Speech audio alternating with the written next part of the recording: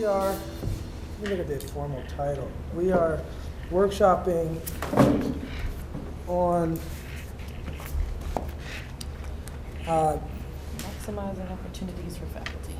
on the sort of faculty dimension of the field study experience and maximizing opportunities. And I guess maybe the first thing to do is to just introduce ourselves.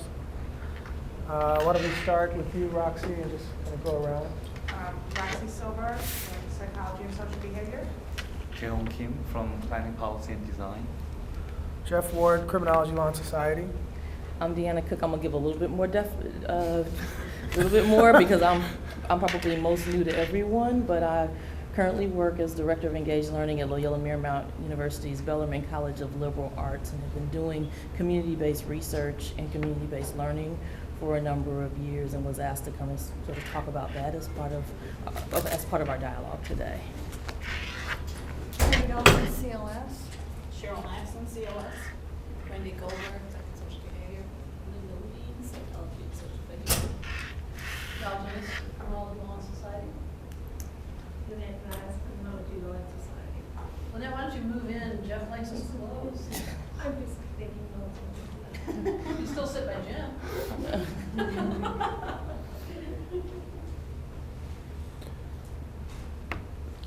So our idea for this session was to have a conversation, a dialogue with folks about how they approach engaging students in this course.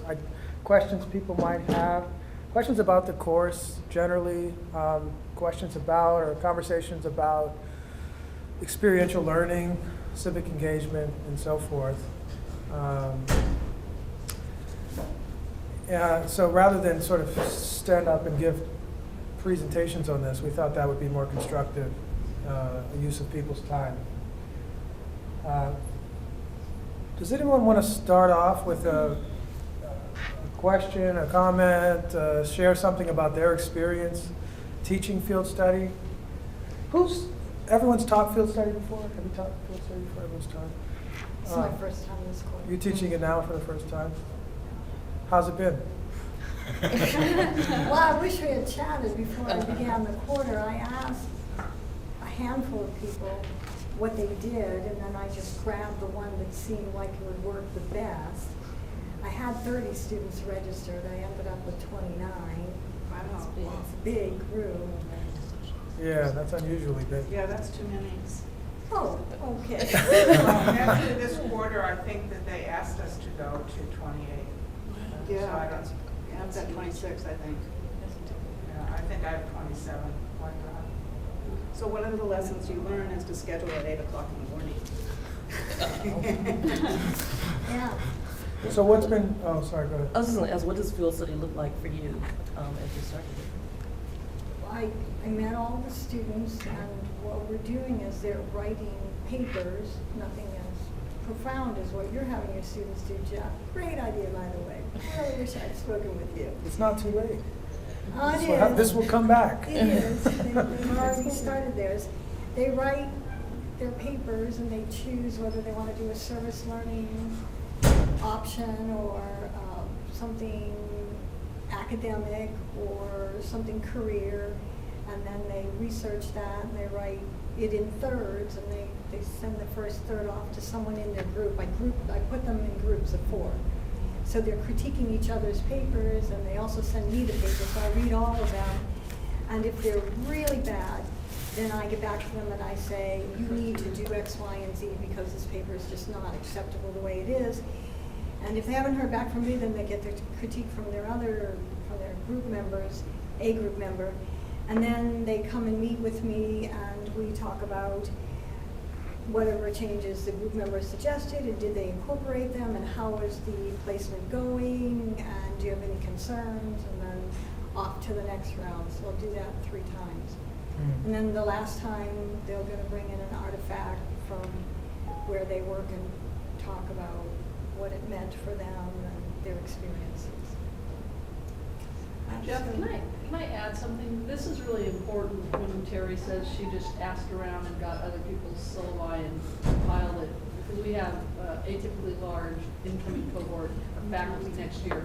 Yeah. So this is a very important moment to take seriously the way in which they will get oriented to this, right? But I think that's how everybody does it. I know. I think, you just sort of check with a few faculty and you find out what they're doing. I think we have a window to change A that. purposeful, we can be more purposeful. Yeah, let's do Yeah, I that. I think think, so. when listening to it, you don't want to just kind of, But one thing that I found is that spring quarter, you have a bunch of seniors who are graduating. And so I have found that, although I'm teaching it this quarter, it's the most painful to teach it in the spring quarter because the students just want to get their hours and just want to graduate. And so I asked this year how many of the students in my group were graduating seniors, and every single one raised their hand. And so I said, well, I understand that you're on the next step out. It's very different than if you teach it in the fall. I found if you teach in the fall or winter, the students are not checked out. Right now, they're really worried about are they going to get reservations for their parents to come to a hotel. So it's a very different experience in the spring, I think. And a very large cohort in the spring as your first time would probably make me not want to teach this again. Well, I'm enjoying it. When I spoke with faculty members, they were so different in the way they approached it. There wasn't uniformity, so I just had to pick one that sounded like it would work for me. Okay, I'll grab that one. And I went with it. I really wish we had spoken, because Well, that no, does this sound is, great. this is something I think we wrote about in our report, that this is kind of how orientation has worked. It happened with me. I talked to a few people, and I got that malaise impression that I was talking about earlier, that people were like, just, it's an easy course. Just do it. Don't complicate it, But yeah, I was picking up the same point. We need to take this moment to think about orientation. I mean, one of the ideas for this event, thinking forward, was that it would be something that could provide orientation for new faculty and students and partners. Not just the actual event, but if we record portions of it, make those available on a more developed kind of field study website, someone can say to you instead, here's my syllabus, but also look at all this other stuff that's out there about it. But we definitely need to come back to this point, I think, about how to do a more purposeful orientation. I just want to mention that last year when I first taught field study, I actually provided a package that includes brief explanation about the field study and some of the related policies. And also, that package actually contains a collection of other faculty members, senior faculty members, syllabus, and teaching materials. And to me, that was really helpful. I don't know if that is still provided to new faculty members in our So school. who prepared that? Actually, I remember Ashley actually provided a link, and I was able to get a web page from which I can download a bunch of different materials. So I can compare different strategies, and as Terry mentioned, I actually picked the best one, in my personal opinion, and try to incorporate some of my ideas and my philosophies into that structure. She also brought me a package. Oh, okay. We met, and Oh. that was great. Right. I couldn't speak to someone, though, about all of these syllabi. Mhm. I sought out people in the department that I had made a connection with and Mhm. said, how do you do this course? Tell me about this course. So I needed more information than just the static Right. online. But she was really good about getting that out. In PSB, some of the socialization has gone the other way. So we have a junior faculty member who's been so successful in her field study course that she got a standing ovation from the students. Wow. And then has passed on her syllabus to some of our senior faculty. So who is this? This is Sarah Pressman. Now, Sarah Pressman is an incredibly engaging speaker to begin with, but she also has this wonderful way of teaching field study, which solves a problem for me, because in my own course, there's been this tension between focusing on professional development, which the students really love and really value, where you're kind of, they're doing some thinking about what kinds of careers they want to do and crafting a personal statement. And then I do try to integrate that with the internship component and have them think about, okay, well, how do your career goals relate to what you're doing in your internship? How can you improve what's going on in your internship? But it always felt a little bit like an add-on. So what Sarah does is she has the students do some sort of, and I don't know this resource, but it's some sort of strength finder test. You guys know about this? Okay. Someone shared that with me, a student that had her said she did this. Okay, so the students start out contemplating what their own strengths are. Then they talk with people about what kinds of, they talk with someone who's in the career that they are kind of orienting toward, about, what sorts of strengths are necessary in that career, and they write a paper reflecting on the overlap or lack of overlap there. And then she works in the community service part really nicely by having them reflect on what can you do with the strengths that you have to improve things in your field setting. How can you kind of put those to work for the community? And then they write about that. So I think she's done a super job of kind of putting those two things together in a nice way. So I'll be trying to incorporate some of her ideas into my next iteration of field study. Maybe, Linda, we could ask Sarah, I'd love to see her syllabus and learn more about this. You got a standing ovation. I mean, Me too. Yeah. Seriously. And I've seen her, she's a fabulous speaker. It might be useful to kind of get Sarah and maybe a couple other faculty to form a constellation of experts, for lack of a better word, to begin with this new cohort so that it goes beyond PSB, the value of that. Yeah. And begin to do that socializing work. Because I totally understand what Jeff's saying about this malaise. On the one hand, faculty like it because it sure beats teaching a full-blown special topics course with 100 students where you have to lecture. On the other hand, there is this kind of antipathy, right? This eye rolling. I think we have to get the faculty energized and inspired, and boy, the promise of a standing ovation would get me inspired, because I like that kind of stuff. Like, well, where do I get that? So maybe one thing we could do is grab a cluster of people that we think are doing an exceptional job and exaggerate that socializing impact. Yeah, and I think it melds really nicely with what you were talking about getting students to focus on how they want to improve the situation in their internship. Yeah. I think the two can go together Yeah, really yeah. nicely. Jeff, one of the things when field study gets so large that you don't know their names and you never can learn their names by the end of the quarter, it's very different than when, I've had some really, really rewarding field study experiences where students have done UROPs made UROP presentations based on their field study. I've had 3 or 4 students do that in the last few years when it's not 26, 27 students. So I think it's really become problematic that we've had to have such very large sections. We can't sit in a circle, the rooms are unpleasant. It's very different than when I used to teach it always there was a room in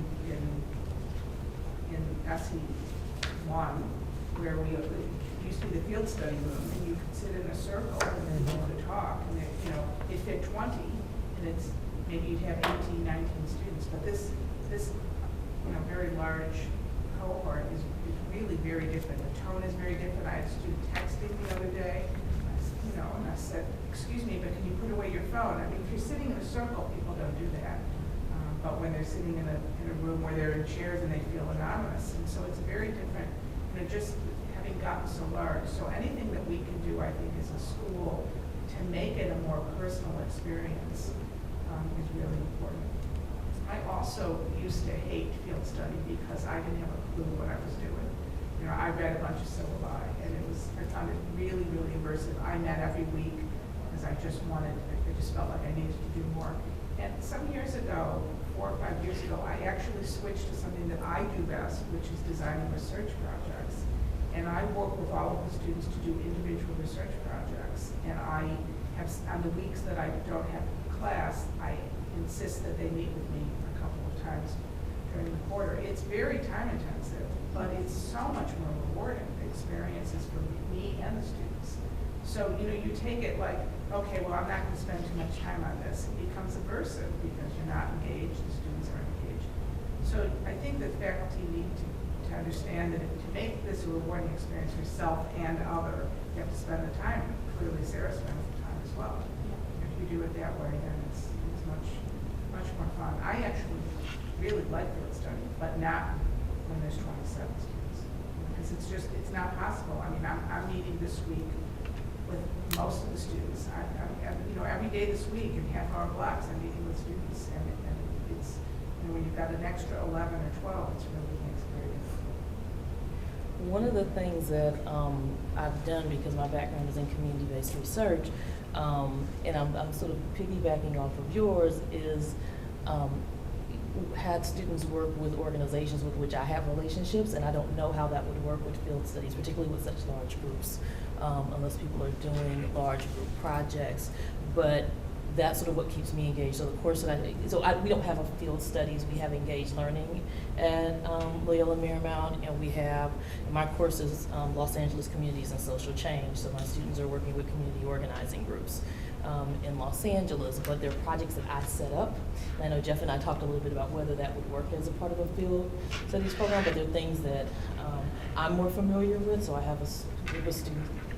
And some of the work I'm more familiar with, and I'm more familiar with the organizations, but for instance, I have students who are working with the strategic concepts in organizing and public education, and they are archiving and finding out the 20-year history of organizing for their work. So they're doing a research project and they're writing up a research project, but it's something that the community organization requested to start with, as opposed to them looking at an issue once they get there. So I wanted to throw that out. I don't know that works in your models, but I want to throw it out as something to think about, sort of on the idea that find something that works for you, right? Mm-hmm. Find something that you can connect with. So I'm passionate about what's happening in community organizations and community organizing groups. And so the students are working in those kinds of organizations.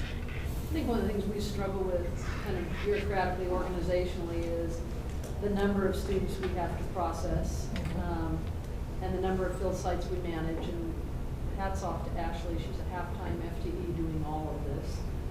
And trying to make links that are meaningful and inspirational to both parties, and especially the students. So I've never been able to arrive at a ratio with Jim, but I've always wondered what portion of our students find themselves in a placement that was less than desired, the way you just talked about. That's a nice link between what students might find interesting, what's interesting in the community. It seems to me if you make that link in an ideal way, that's half the battle.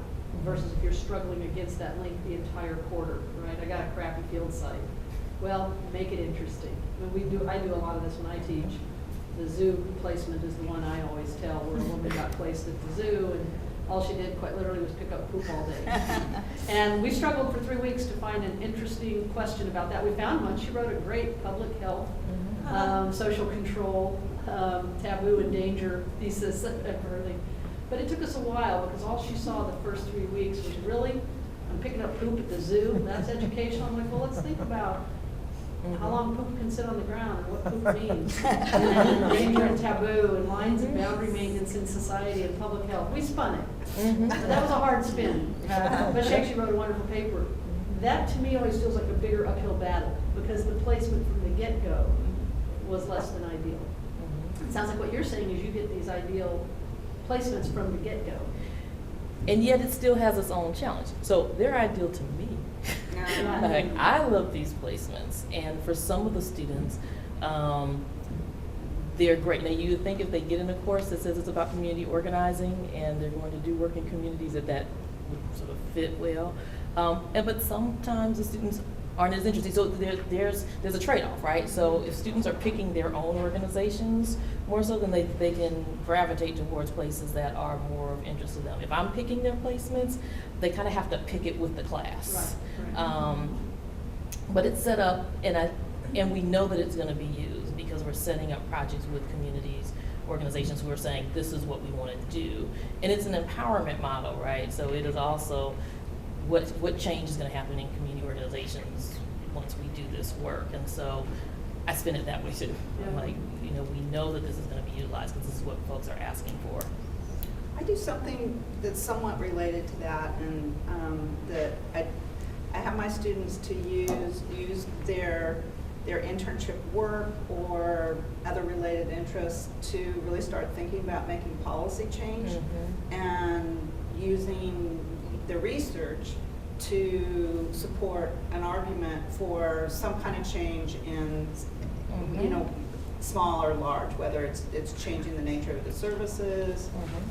A lot of times they're arguing for expanding services, or up to changing law, just the whole gamut. And it's something that they get into, but they find it very difficult to make that transition, to really start thinking about using research for, to make an argument, really. But I found it works pretty well. Oh, that's great.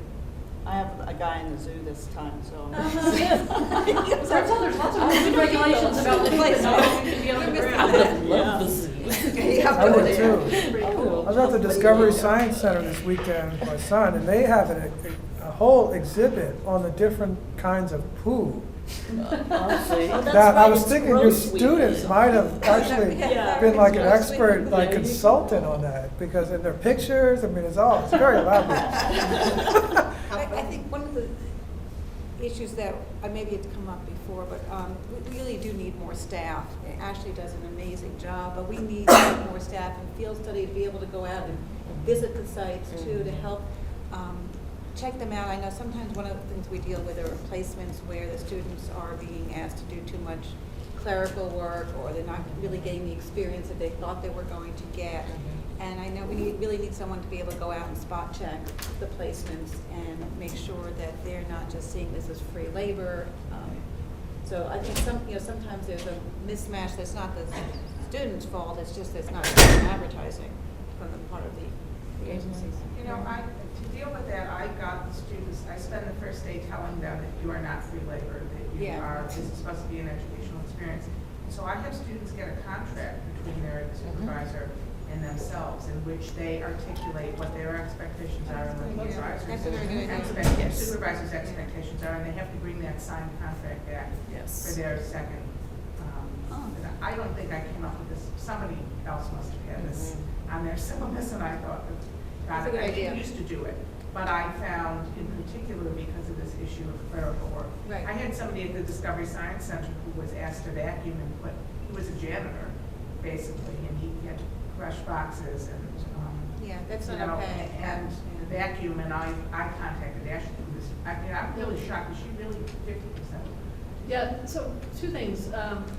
For those of you that haven't seen it yet, there's a strategic plan that's making its way to the departments. It's a work in progress document in which we do recommend more staffing for field study. So but of course that's an expense. That means something else doesn't happen. So the question is it a priority? I think I disagree a little with Wendy and Roxy on this. I think there are types of experiences that on the surface strike one as proverbial shit work. They just do. But that when I've had that in field study, it turns out to be a wonderful learning experience. The question is, can the student convert it into one? And I'll give you an example. I had a student shredding a lot. I mean, how boring is that, shredding? I found it totally interesting. I said, one question. You figure out what they choose to shred and what they choose to throw out in an essay era. What's not worth seeing for anybody else, and what can anyone else see? And you make that interesting. On the surface, it's totally boring. I'm just here shredding.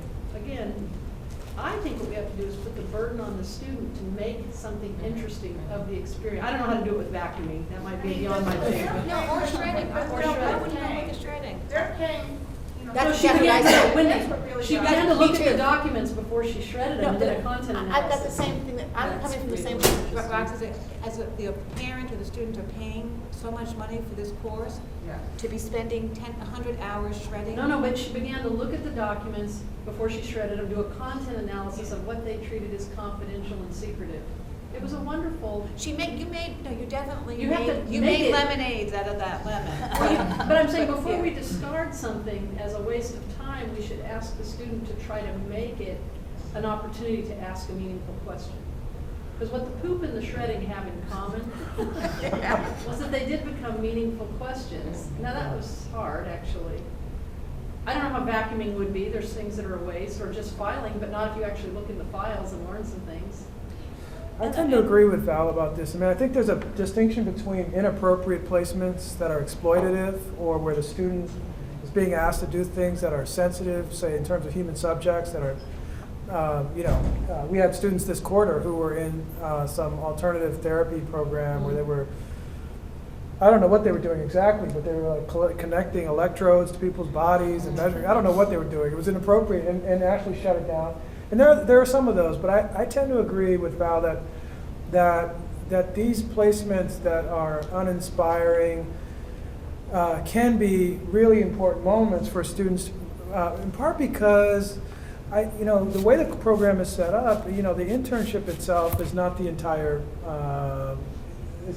focus of the course. And so I'm always telling my students to try to carve out a space within your internship for the work you value and the contribution you want to make. And if that means, and I agree, vacuuming is probably in that category that's inappropriate. And we have a lot of conversations about renegotiating your role, which is one of the things, which is another thing that's constructive. A lot of our students are afraid to talk to people in positions of authority, afraid, they sort of learn to be passive learners. And so getting them to engage their supervisors and renegotiating that position is constructive. And so I think there's doing a it up front, which Yeah. was not articulated in my previous years, was really very helpful, because then you can say, you had this contract, and how is it being violated, and then you go back to the. Right, but I don't want to deny the student that experience, because I've seen time and time again, students really feel empowered by having successfully, they think they're going to get fired, and then I tell them, you're going to get fired. I can guarantee you that. You But- were hired. But they, they a were good life afraid, skill. yeah, and they It's a come life back and they're skill. like, I can do anything now, I'm not vacuuming anymore, But I tend to I've moved on to agree. shredding. Get poop. Poop, here I go. But Roxy, I like the contract idea because it would also be a big litmus test for the supervisors. If you can't get a supervisor to articulate that, that's a big heads up that site needs to be out of our gene pool, right? Yeah, and the contracts are quite, are quite thoughtful. I mean, I get that, I don't have a standard one. I just say, work with your supervisor to generate a contract. And do you make them hand that in like by week 2 or something? Yeah, Yeah. I mean, I got them all in last week, so. And I'll just add to that I found contracts to be really, really important, because you have the opportunity by mid-semester to say, okay, well, now they're still vacuuming and you said that they were going to do X, Y, and Z. And when I haven't used them, particularly in the research projects, I will say, they sort of fall apart much more easily than when you do have those, you just keep referring back, what is my role, what is your role, what is the student's role? They're just very helpful. Jeff, I'd like to hear a little bit about what you do, how you approach field study. Yeah, so I became really excited about this idea that kind of came out of our committee, reinvigorating committee, of sort of de-emphasizing the research component and emphasizing more the civic engagement and education component, where research can be an important part, as can professional development. So what I've done to sort of operationalize that is I've moved away from talking about a field study paper, which is partly it's semantic, because students come in and like, oh damn, one last paper. And so instead I call it a field study project. Everyone has their project. And the project is fundamentally defined by two components, one component of which must be civic engagement. And then the second component can either be research, or I call it academic integration, or professional development. And for each of these components, they have to articulate goals and strategies and then reflect on the experiences they have in pursuing those goals vis-a-vis the strategies.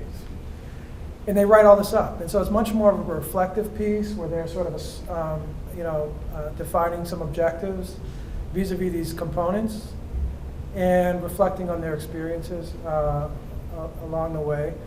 And in terms of the thing that they're all confused about from the jump is, and I'm hoping we can have some more conversation about, is what is civic engagement? And my answer to that typically is, understanding yourself as a part of a community where you can work with others to solve issues or to contribute to community well-being. And my short version of my answer is, how can you add value to the environment that you're working in? And they'll say, I'm in a great organization, they don't need anything, they've got it all, it's great, what can I add? And I just say, look, there's always something you can contribute. And the main point about the civic engagement thing I also stress is that it's about their initiative. So if they're already in an assignment where there's sort of wiping kids' noses all day and reading books to kids, they'll say, well, I'm already engaged with these kids and they're learning. I say, well, that's your assignment. What are you going to do beyond that relates to your initiative to really satisfy the civic engagement piece of this? And so, oftentimes when we get into these conversations about adding value, it comes down to things about access, visibility of the program. There's a lot of great programs that no one knows about or that are not reaching constituencies that they could. I had a student here last quarter who was in counseling services on campuses, and she said, they're great, they do all this stuff. I said, well, why don't you think about who they're not serving and who they might be able to serve with some kind of creative innovation. So she came back and she said, men. I was like, all right, well, that's a starting place. And so she ended up actually developing a project that was about connecting veterans services with the counseling they were already doing. I'm sort of forgetting some of the details, but as a way to get to some of the men on campus that aren't otherwise getting into this counseling service. And that was her civic engagement piece, and she also added to that, if I'm not mistaken, some academic stuff on issues with counseling and male populations and sort of challenges with reaching them and so forth. But she actually helped the center devise a strategy for sort of bridging that gap. So it's often about access, it's about, in terms of their initiative, promoting access, increasing resources,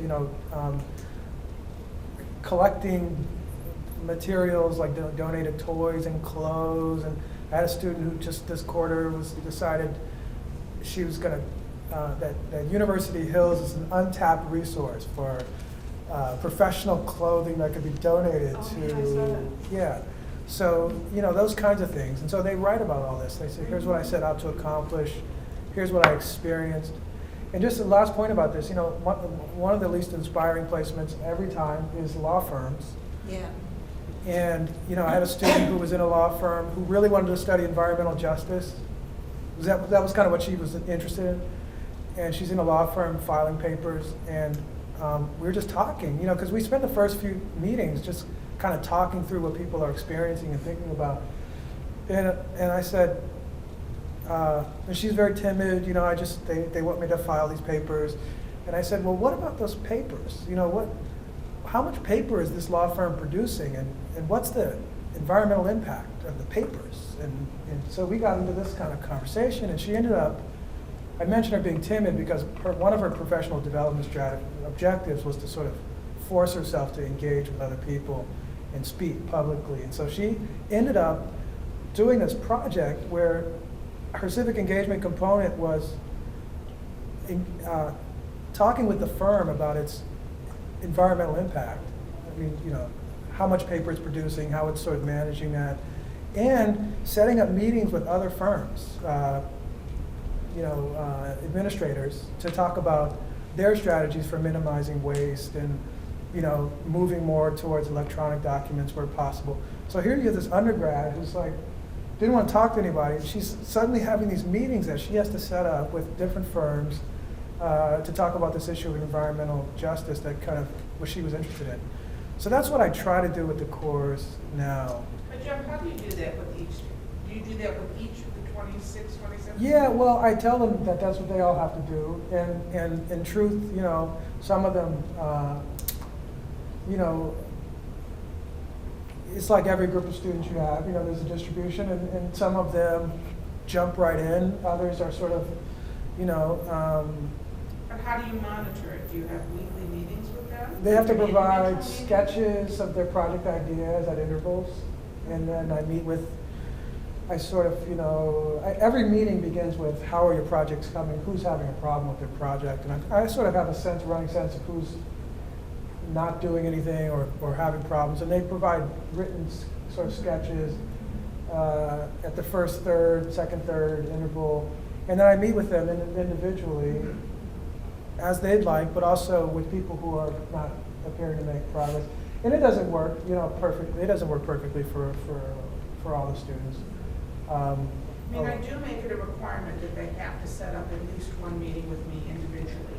If we're not going to meet every week, they have to meet, and that's one of their required meetings, like they have to come to class. But again, let me ask Val and Jim, how, the sections have grown over the years.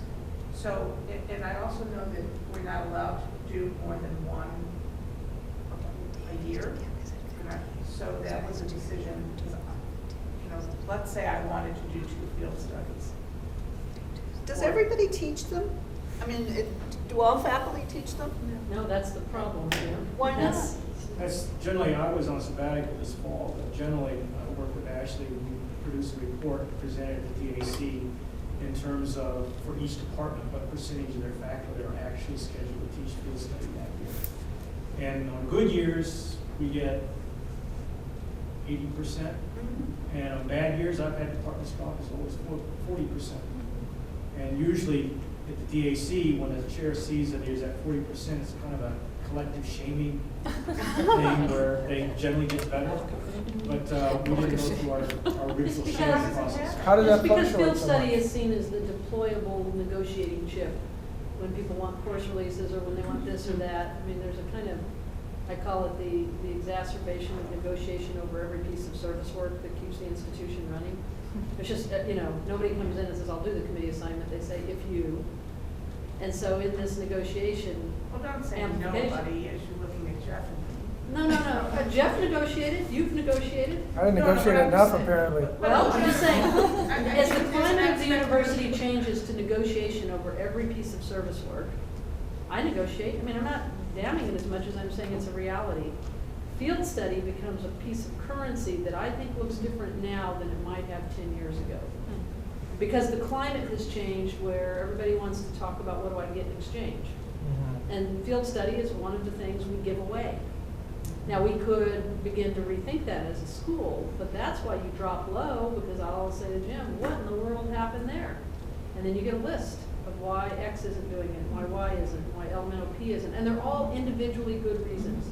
And chairs have to have some discretion and autonomy to make their department run and meet all sorts of objectives, grant profiles, things like that. But that's what generates that. That not only that 40%, but the variability and the sometimes inequality across So departments. what about the faculty who are willing or interested in doing it more than once? So that rule, I know, happened.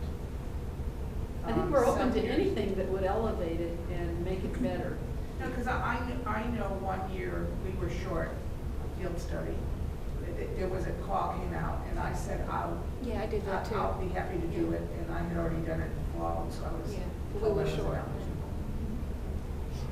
I'm So- surprised that people negotiate out of field study. I mean, Yeah, really. it's a sort of, We also Yeah. have, we also have had a not so subtle kind of murmur of a discussion that since there is disproportionate student credit hours across the 3 departments, one response to that would be take the school-wide courses and disproportionately load those on the department that carries the least credit hours, thus evening out the teaching load.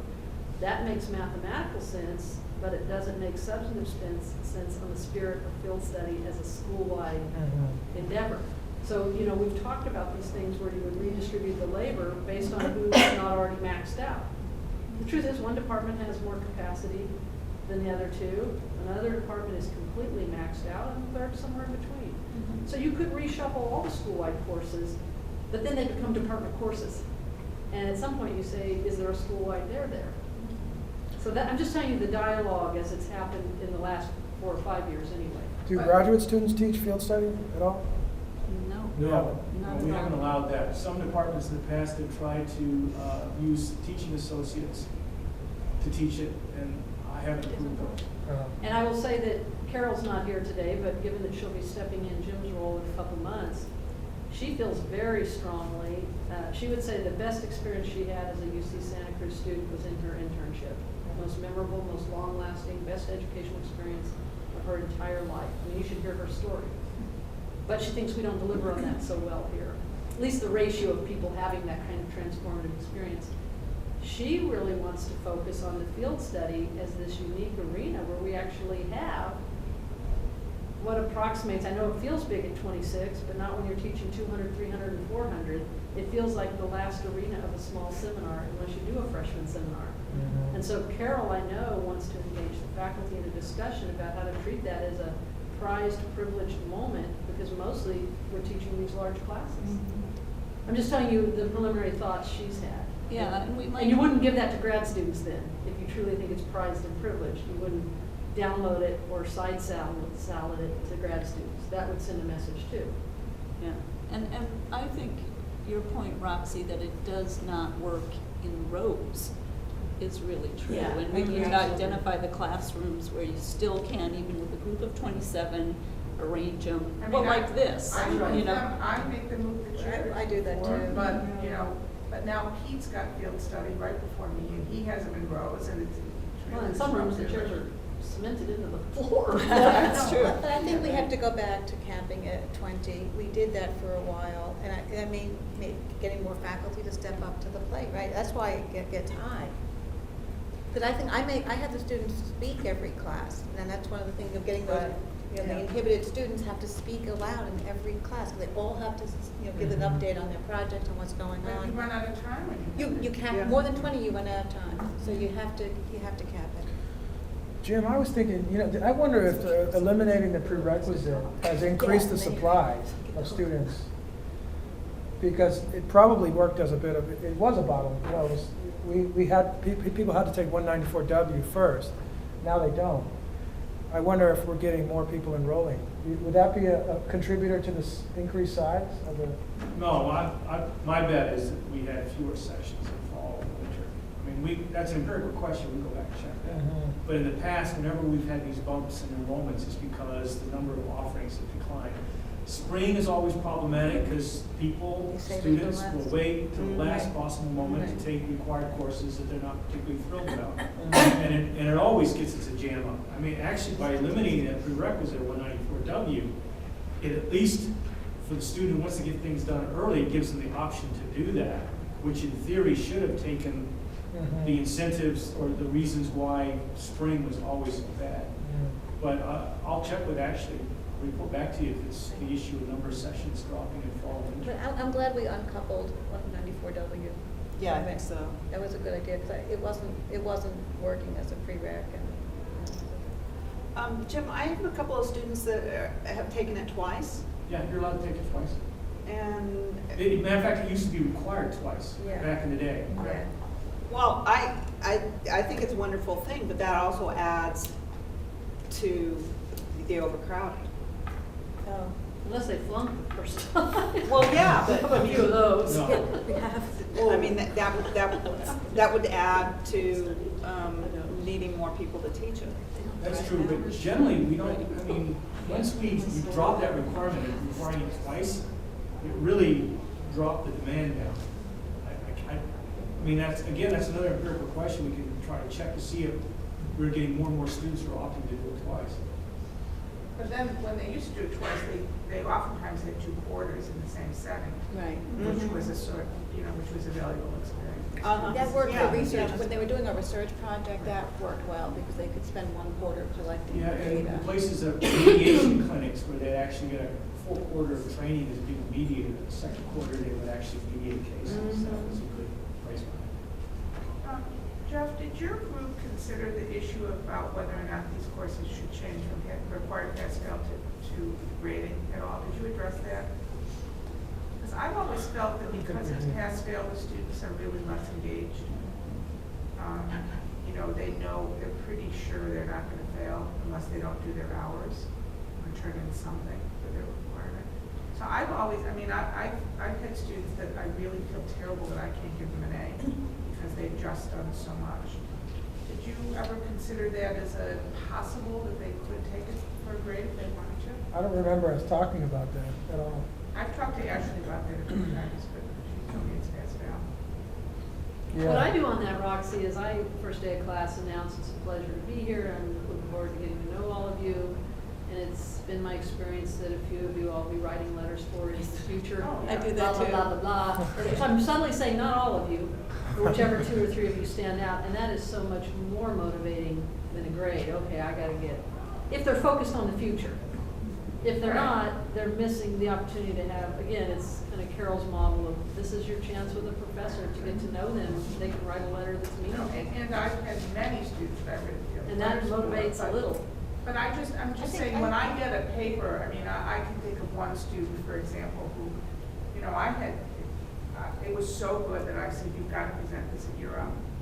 Even though you're graduating, even though this wasn't a Europe project, this is just phenomenal. This is just amazing. I've had several of those, and I feel sort of bad that I'm not able to reward them in some way to also, in addition to the letter of recommendation, if they wanted it.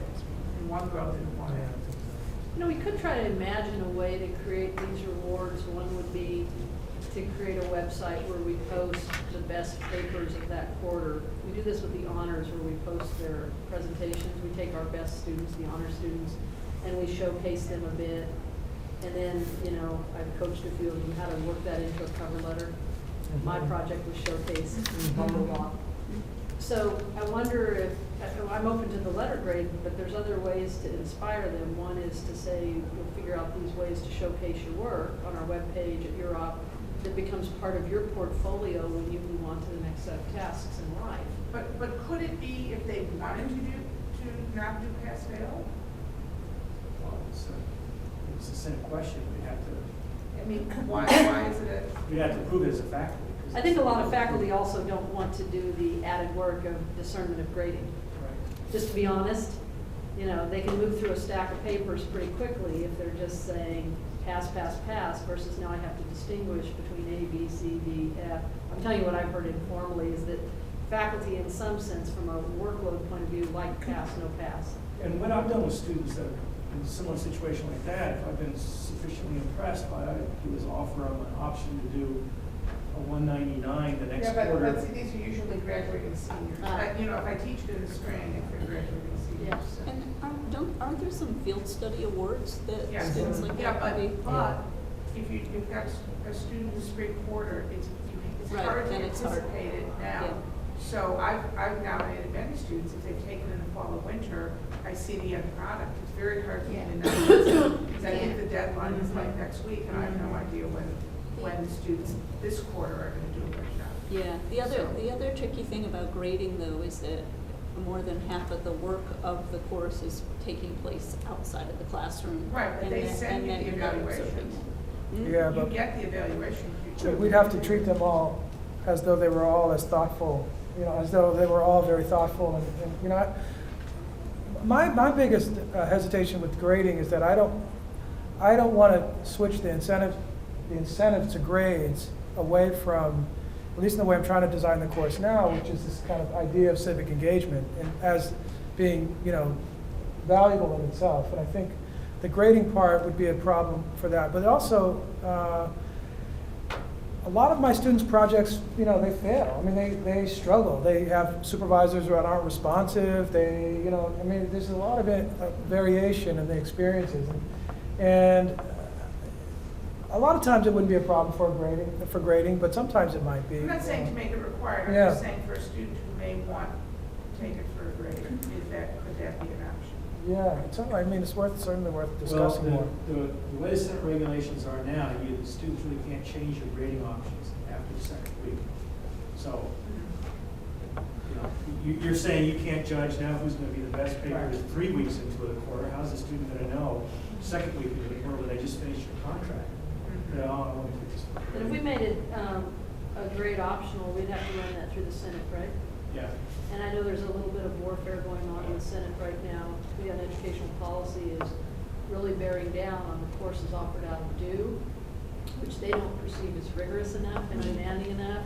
And quite honestly, they don't trust the unit offering them. In fact, they would prefer no academic courses be offered out of due.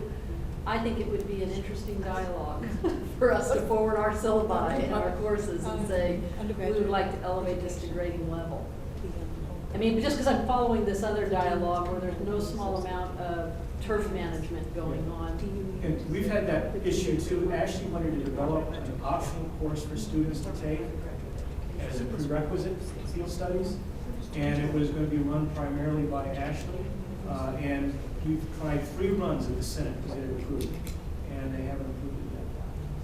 It's almost like they're willing to give you a pass, it's pass and a pass. But if you start giving the currency of the university, which is a letter grade, they're going to scrutinize it in a different way, and they probably should. So we're doing an in run. She's doing an organized thing where I'm giving her 98 credit. So we've gotten 2 warnings on time, that our time is just about up. Oh. I wanted to see though if you all wanted to sort of list out what maybe some next steps are as we move forward. I think an orientation of some sort with faculty who are doing work is something that it sounds like you all wanted to do, and list that out.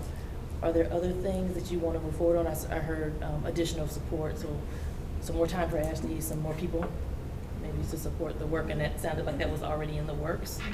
Well, there's a proposal by the Dean's Advisory Council to add staffing to field study, but that has not been really vetted by the, Okay. truthfully, the Dean and Associate Dean can just do it. Okay. We like to run it by the faculty and say, does this sound about right? And the chairs are all very supportive, and the equity advisor is supportive, and the Associate Dean and the faculty chair. So the leadership has already said this makes sense. I would like to put on the next steps a way to showcase the best work. So that it has a kind of longevity, such that quite honestly, if we ever were to approach the Senate for the request that we give grades, they're going to say, convince us this is rigorous and demanding, academic engagement, and we would actually have the bank, but also it would allow those students a way to brag about their work. So maybe each instructor could choose a paper periodically and say, I really think this one's worth showcasing. So that would be good.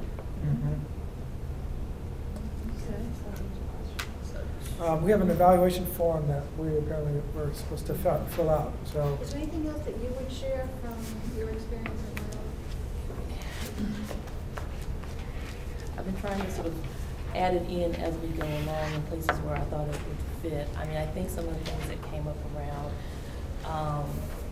the work, like I said, the work that I do typically focuses on the partnership piece itself. And so that has been very, I think, rewarding both for communities and the students in terms of identifying what community partners like. I like the way that Jeff does it though as well, where you really have to sort of go after and figure out what your value added is.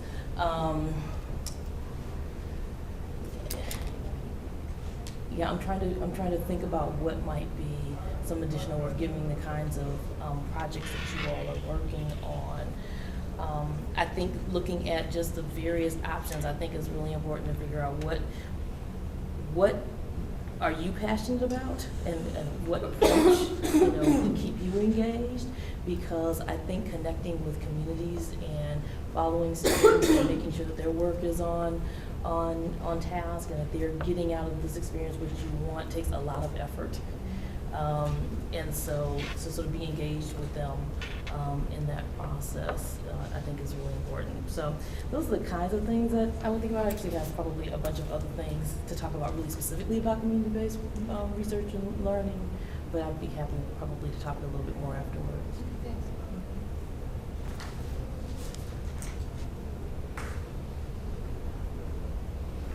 Can I ask the group a question about if we do this kind of inflection point for the incoming faculty, which would be a large cohort? And we already, the chairs and I have discussed how we might capture them earlier than waiting for them to get here. So that's already in the works, to create a cohort effect among them, not just new appointment in PSB, new appointment in CLS, new appointment in PPD. If we made a module for how to think about field studies so that it's elevated in the way that Terry and Jay just had to go find syllabi and figure out what works. If each department actually assigns those incoming people a mentor, which I know happens in CLS, I don't know if it happens in other units, does it happen? Okay. Then we would invite the new faculty and their mentor to some kind of module, because then we're getting the spillover effect of socializing the existing faculty in a small incremental way. Because if they're the new faculty, of course they're going to say to their mentor, what the heck's up with this field study thing? What am I supposed to do with that? And if you're the average mentor, you're going to say, I don't know, get some syllabi, here's mine. Right? This is the school we're in. But we would, in essence, treat the incoming faculty as a catalyst to capture 8 new faculty, or 8 existing faculty as well, and they're just fulfilling their mentoring duties, right? Yeah. So that would be a kind of step towards the current faculty as well as the incoming. And I think some of the ideas people presented here, if we just got one field study person, I wrote Sarah from PSB, maybe Jeff from CLS, and I don't know who from PPD, but if we just got one person from each, that we think, okay, they've got some inspirational ways of doing this, engage them, that would be quite an injection into the system, I Who think. was on your committee from PPD? Doug, Oh, Doug would be the obvious person, Yeah. yeah, because he did the advanced field study, exactly. yeah, it'd be ideal. So that would be a really wonderful, I think so.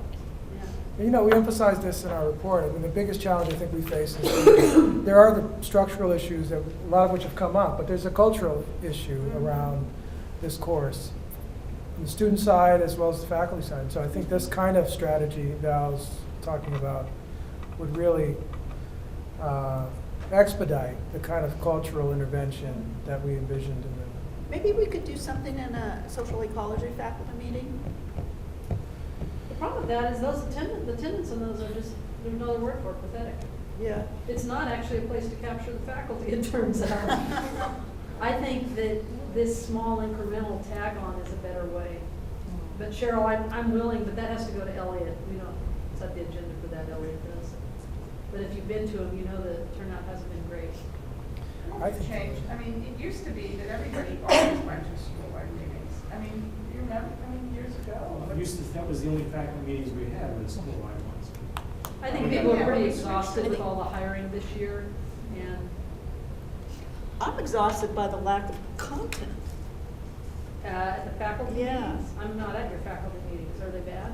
No, the social ecology faculty Oh, yeah. meetings. They- Well, talk they to just Elliot, didn't that's meet. Elliot's forum. That's your elected leader. You know, when I was faculty senate chair, what I did was I changed the minutes. I actually had a attendance sheet. So it was obvious, so everybody could see who showed up and did. I got a lot of pushback on that. I got it. But I think this has been one of the richest conversations we've had about field study. It's a small groups dynamic. I think that when you go to the field study wide meeting, it's very much a business meeting. There's an agenda with typically multiple items. It's hard to get this kind of thoughtfulness in that kind of situation, so I I think. thought there was I thought that when Dan and Terry and I can't remember Angela, they presented on technology enhanced education. I thought that was very useful. I wish there were more people in the room. That was very substantive and engaging. I had ideas, got ideas from that.